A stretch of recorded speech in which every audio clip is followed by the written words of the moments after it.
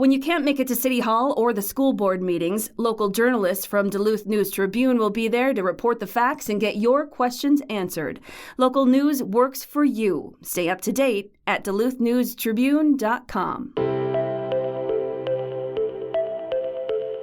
Hello, Northlanders. It's Friday, June 2nd. I'm Wyatt Buckner with the Duluth News Tribune Minute, presented by Minnesota Power Employees Credit Union. The average MPECU member saves over $785 a year in better rates and lower fees. And with MPECU, every ATM is your ATM. With their free checking program, you get ATM fee reimbursements at any ATM anywhere in the U.S. Check out Minnesota Power Employees Credit Union services online at mpecu.com or visit their offices in downtown Duluth, Arrowhead Road, or Miller Trunk Highway. It's Friday, and if you're looking for some fun weekend ideas, Duluth News Tribune arts and entertainment reporter Jay Gabler has some options in this week's Best Bets. As you've read in the News Tribune, the Duluth Superior Symphony Orchestra are now in residence at the St. Louis County Depot. That's where their office space is and where they are going to be running the Depot Theater, formerly known as the Family Theater back when the Duluth Playhouse ran the space. There's been some work that needed to be done on the space to get it ready for a new generation of artists to present programming there, and the DSSO is going to be taking the stage this Saturday for the first of its annual series of bridge sessions. That's bridge as in, well, the lift bridge, but also as in bridging genres and bridging parts of the community. So these are sessions where members of the Duluth Superior Symphony Orchestra play with local musicians from various genres.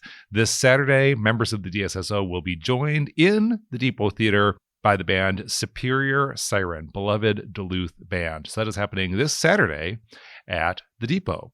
Also this Saturday, there's an East Central Minnesota Pride celebration happening in Pine City. So Pine City is sort of at the edge of what you'd consider the Northland, but worth mentioning here because according to organizers, Pine City's annual celebration was the first rural pride to be held not only in Minnesota, but anywhere outside of a metro area. So great way to celebrate Pride Month is to make your way down to Pine City for the annual East Central Minnesota Pride celebration that is happening on Saturday afternoon in Pine City.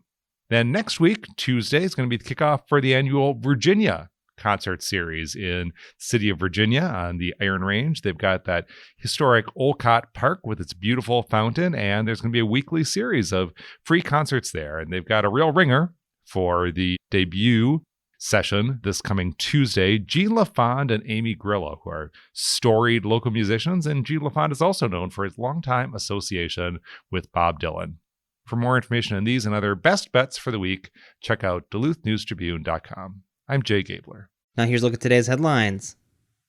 United States Representative Pete Stauber voted Wednesday evening to raise the debt limit ceiling. The Republican congressman from Hermantown was one of 314 United States House members to vote for the bill, while 117 members voted against it. The bill would suspend the federal government's borrowing limit until 2025, cap some spending, require more work requirements for food stamp recipients, and take back unspent COVID-19 funds. It also makes some federal permitting reforms that would apply to mining projects, though it ultimately did not include Stauber's bill aimed at streamlining the review of mining projects as the Republicans' preferred bill to raise the debt ceiling passed in April would have. The U.S. Senate passed the bill late on Thursday, and President Joe Biden must sign it by June 5th, when the U.S. Treasury expects to run out of cash, to avoid a catastrophic default. The Limit, Save, Grow Act, which passed the Republican-controlled House in April, would have included a slate of permitting reform bills aimed at speeding up fossil fuel and mining projects, including Stauber's Permitting for Needs Act of 2023. But the bill passed Wednesday to raise the debt ceiling includes some changes to the permitting process. Namely, it sets a federal lead agency to oversee the environmental review process and sets timelines for the reviews under the National Environmental Policy Act, which includes 1 year for environmental assessments and 2 years for environmental impact statements. The timelines can be extended. Those were all in Stauber's mine permitting bill. But unlike Stauber's bill, which would have barred legal challenges to the permits after 120 days, the permitting changes passed in the debt limit bill do not exclude permits from judicial review. It did carve out one exception. Federal courts will not be allowed to review the permits for the Mountain Valley Pipeline, which would ferry natural gas 300 miles from northwestern West Virginia to southern Virginia.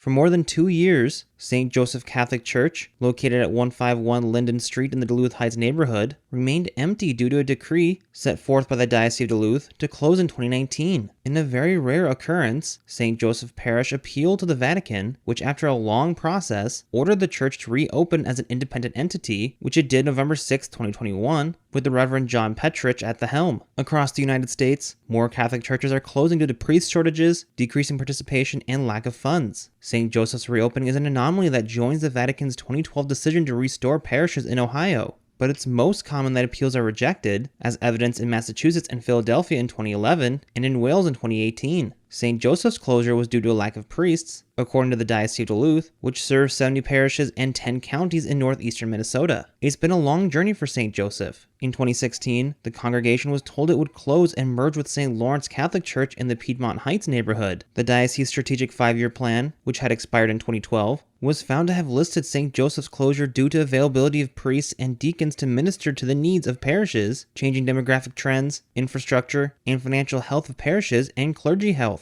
Duluth Heights has seen steady development of new housing, however. In 2016, parish representatives made a case to Bishop Paul Serba, who granted a 2-year reprieve from the closure and merger. In 2018, Serba issued the last Mass date of June 30th, 2019. Serba followed it up with a March 2019 merger decree, to which parishioners filed an appeal. To correct technical errors that September, Serba replaced the merger decree with a new effective date. In December 2019, St. Joseph parishioners filed another appeal to the Vatican. Parishioners then obtained legal help from the St. Joseph Foundation, which offers pro bono support from canon law attorneys who assist churches facing closure. In September 2020, the Vatican finally said St. Joseph could reopen. Now here's a look at your forecast, brought to the News Tribune's 20 Under 40 Awards. Weather for the Duluth area today, looking at more chances of showers and storms in the afternoon, with high temperatures around the 70-degree mark. Dropping into the mid-50s for tonight, and then over the weekend, again, mostly sunny with chances of showers and storms. High temperatures in the 70s on Saturday, getting into the low 80s by Sunday. I'm Storm Tracker meteorologist Robert Pointer. Thank you to the 20 Under 40 Awards for their support. The award honors 20 individuals from our area who have distinguished themselves, making significant contributions to the Duluth community. These young leaders are shaping the future of our region. You can find profiles on this year's winners through a link at the top of our website, duluthnewstribune.news. Reporting for today's episode was done by Jimmy Lovren, Melinda Levine, and Jay Gabler. Thank you for listening to Duluth News Tribune Minute. Have a great weekend, and we'll see you back here on Monday.